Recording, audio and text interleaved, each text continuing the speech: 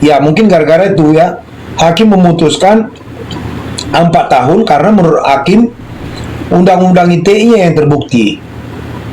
Gitu loh, ya. Hati-hati mengedukasi Pak, kalau nggak pro sama terdakwa maka siap-siap beli sama ternak.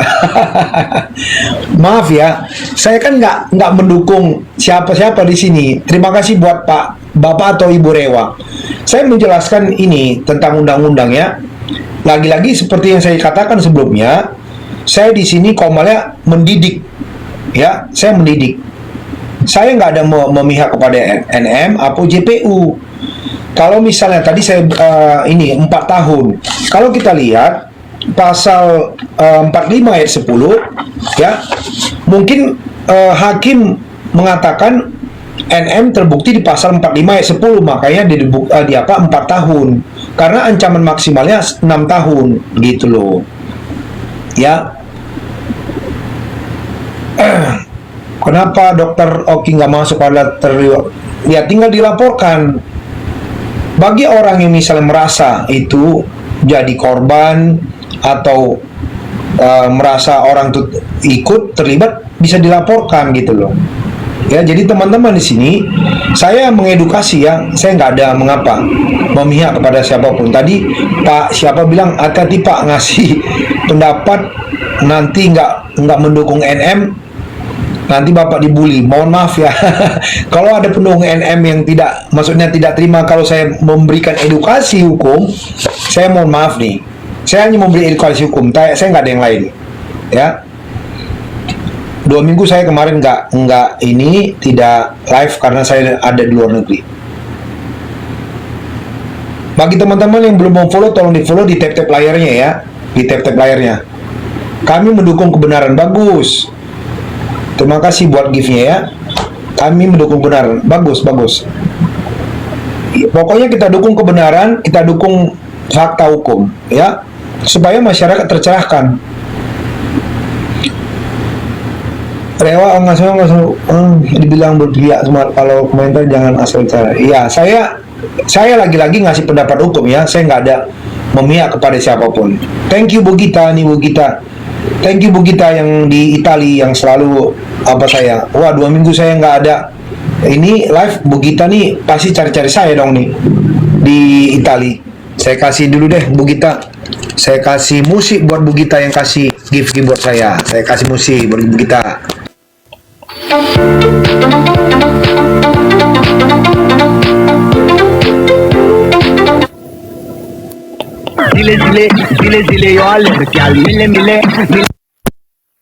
Bu Gita ya, Bu Gita nih selalu. Berarti 2 minggu saya nggak live, Bu Gita cari saya nih. Waduh, thank you Bu Gita, thank you. Selalu kasih saya gift. Ya lagi-lagi saya ngasih edukasi hukum ya. Kalau diputus 4 tahun berarti memang undang-undang ITE yang terbukti pasal 45 ayat 10 ya. Pasal 45 ya ayat 10 itu yang terbukti berarti. Ayat 10 itu loh ya, undang-undang ITE. Makanya diputus 4 tahun.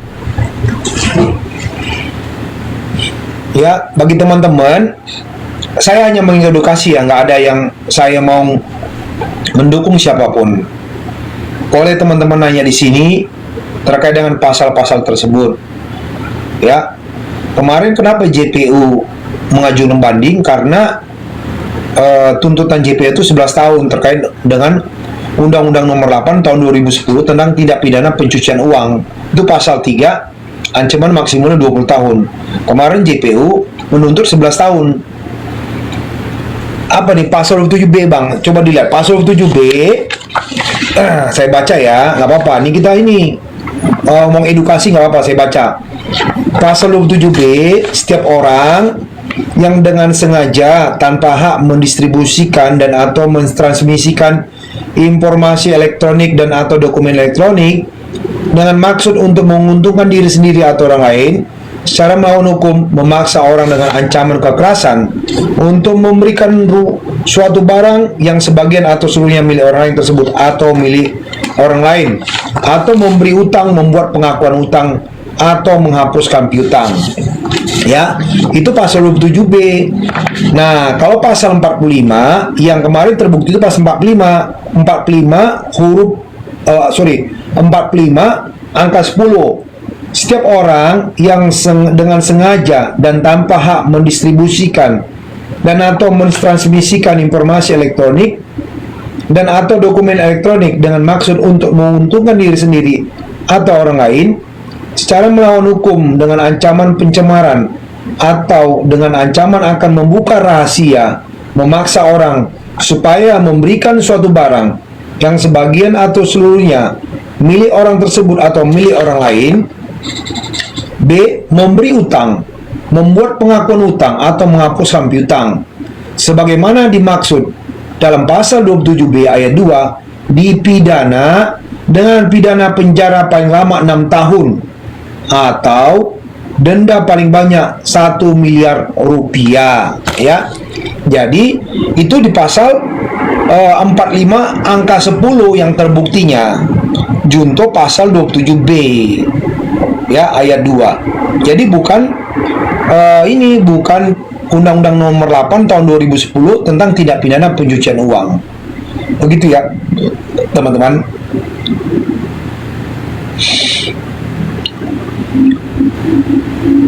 Pak, kalau banding nanti kira-kira hukuman AMI bisa berkurang?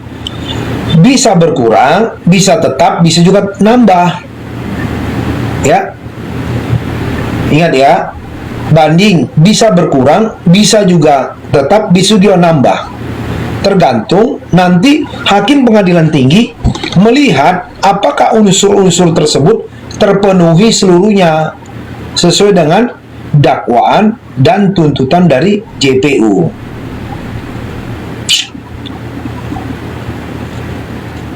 Pemerasannya nggak ada, tidak lagi. Jadi bukan pemerasan KUHP ya, tapi ada unsur dalam Undang-Undang ITE itu pemerasannya, gitu loh. Di Undang-Undang ITE ada pemerasan, itulah di pasal 45 angka 10 tadi itu dengan ancaman. Kalau dengan ancaman kan seolah-olah ini memeras gitu. Dikatakan sini dengan sengaja menyiarkan atau ya mengancam dia. Ya, pasal setiap orang dengan sengaja tanpa hak mendistribusikan atau mentransmisikan ya dokumen elektronik dengan maksud untuk menguntungkan diri sendiri atau orang lain secara melawan hukum dengan ancaman pencemaran dan ancaman akan membuka rahasia, ya. Jadi diasumsikan seolah-olah ini memeras gitu loh, seolah-olah memeras.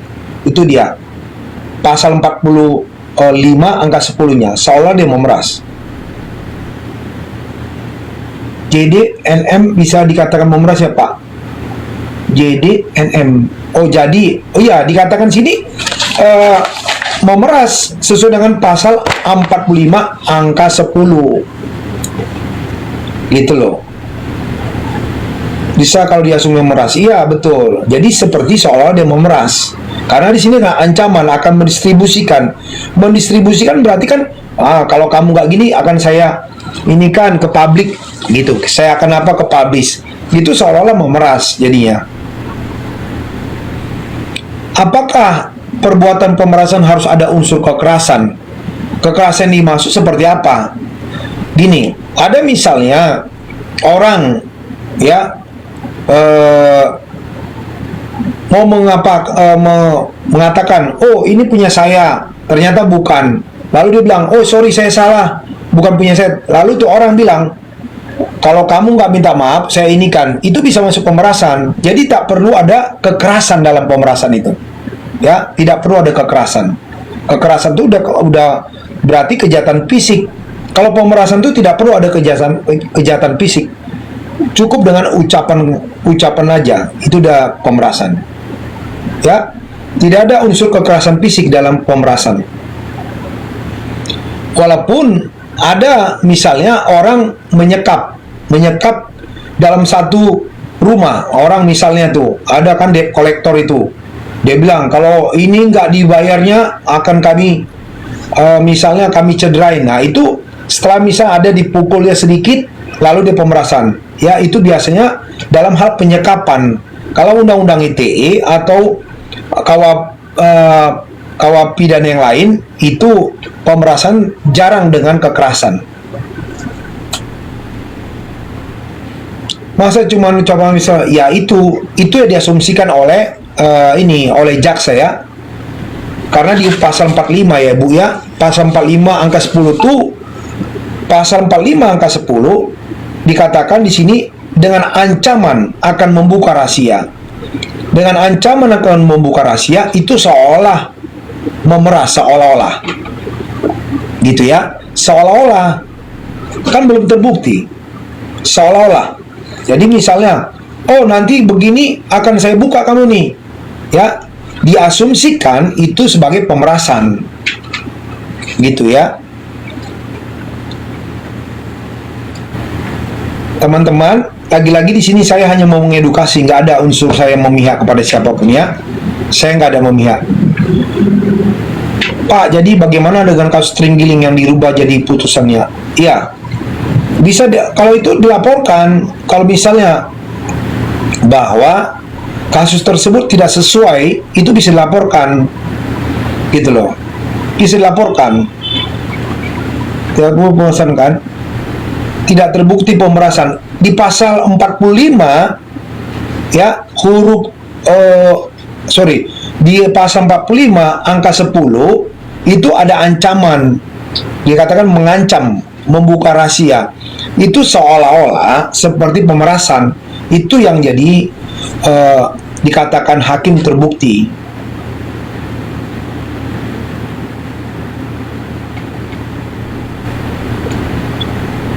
Itu pun katanya sidang terbuka, tapi malah sedang goib. Kemarin kan terbuka fans Nikita. Kemarin terbuka Ibu. Kan kemarin putusannya terbuka, sidang juga terbuka. Cuman memang yang saya lihat dibatasi penontonnya ya supaya tidak ricuh. Itu aja sih. Tidak. Oh, bukankah itu terbuka? Cuman saya lihat waktu saya ke sana itu terbuka, namanya tertutup itu biasanya ini biar gini fans Niki biar paham ya, sidang tertutup itu hanya ada untuk kasus anak, oke, kasus anak dan kasus pelecehan seksual itu, lalu perceraian ya itu tertutup ya. Kalau kemarin itu terbuka, nggak ada yang tertutup, cuman dibatasi penontonnya supaya tidak ricuh, gitu ya, supaya tidak ricuh saja. Ada wartawan, iya, itu terbuka, ibu fans Nikita itu terbuka. Yang namanya tertutup itu hanya kasus anak dan pelecehan seksual, gitu loh, juga perceraian.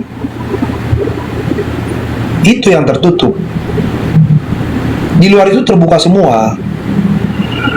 Ya, oke ya, paham ya? It's okay. Kalau sudah paham, nggak apa-apa. Lagi-lagi di sini saya mengedukasi ya, nggak ada yang saya memihak.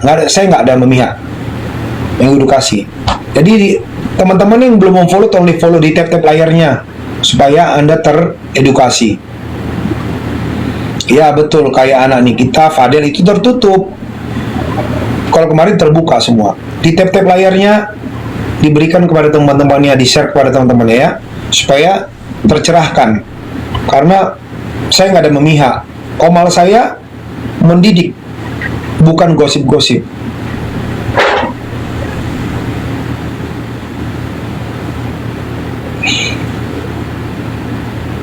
Tapi bagaimana dengan lawyer yang Fadel di Komal buka aib?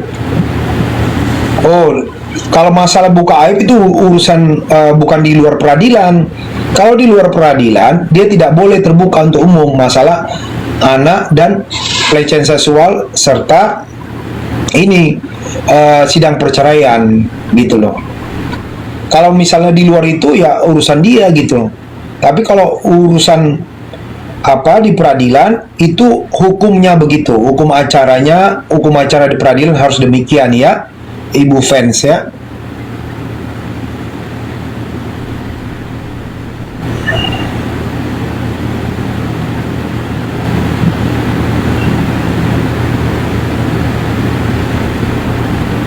Bagi teman-teman yang belum mau follow, tolong di follow akun saya, di tap-tap layarnya, karena akun ini akun yang mendidik, bukan akun gosip-gosip. Saya nggak ada memihak kepada siapapun ya. Alah, ini kayak berat sebelah. Saya nggak berat sebelah. Apa yang saya berat sebelah? Saya bukan pengacara bukan pengacara ke sebelah.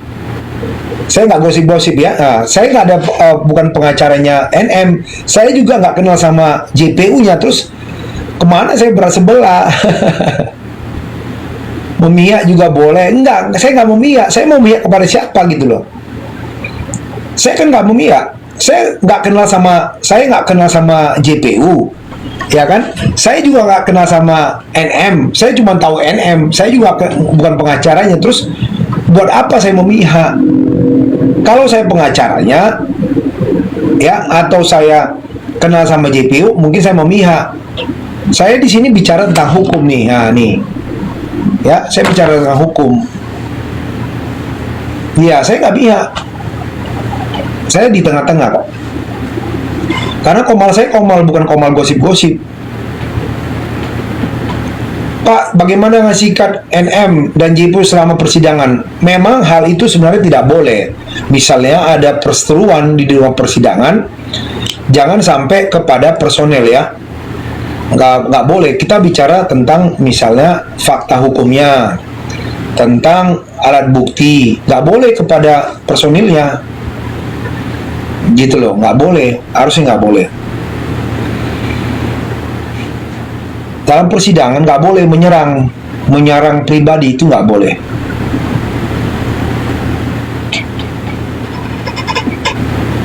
Jadi teman-teman, saya nggak ada memihak ya, saya nggak ada memihak, sama sekali saya nggak memihak.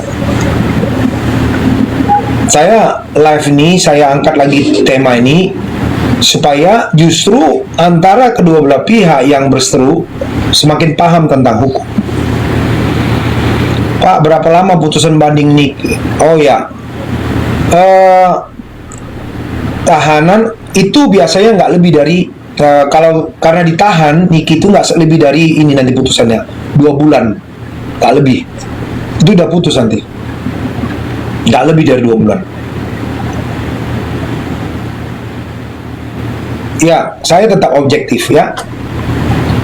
Saya objektif kok, nggak ada yang lain. Karena seperti saya bilang, saya nggak kenal sama JPU-nya. Saya juga bukan PHNM. Terus ngapain saya harus memihak? Ya kan? Saya bicara tentang ini. Kebetulan, seperti saya sampaikan, saya ini dosen di salah satu universitas terkemuka di Indonesia. Ya, salah satu universitas terkemuka di Indonesia. Ya, buka aja Fakultas Hukum yang terakreditasi unggul. Kelihatan nanti. Pak, apa betul nih? Iya 4 tahun ya, tapi jaksa ngajukan banding. Jaksa ngajukan banding. Menurut Bapak, apakah hakim kemarin mempertimbangkan sikap NM selama di sidang itu? Nah, di situ tidak ada diutarakan kemarin putusannya, ya. Biasanya diutarakan hakim itu. Harusnya terdakwa begini, harusnya ada. Harusnya ya, dalam putusan itu harusnya dibuat hakim pertimbangannya.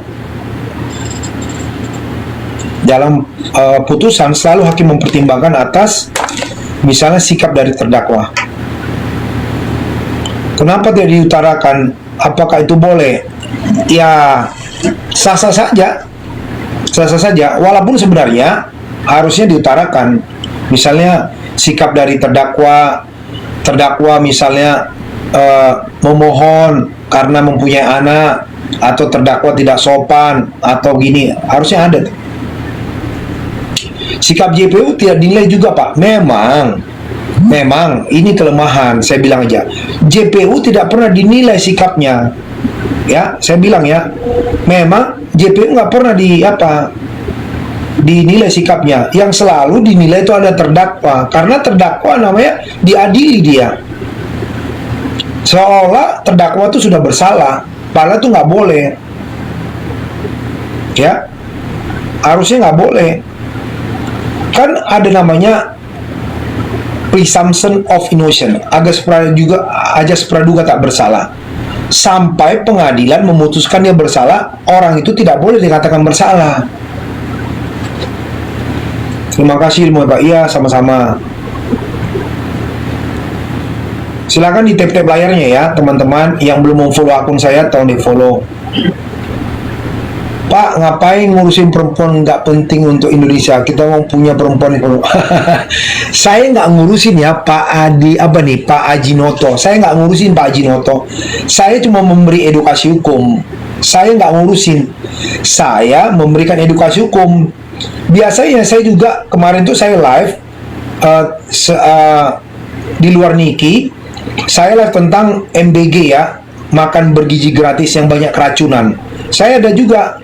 Jadi komal saya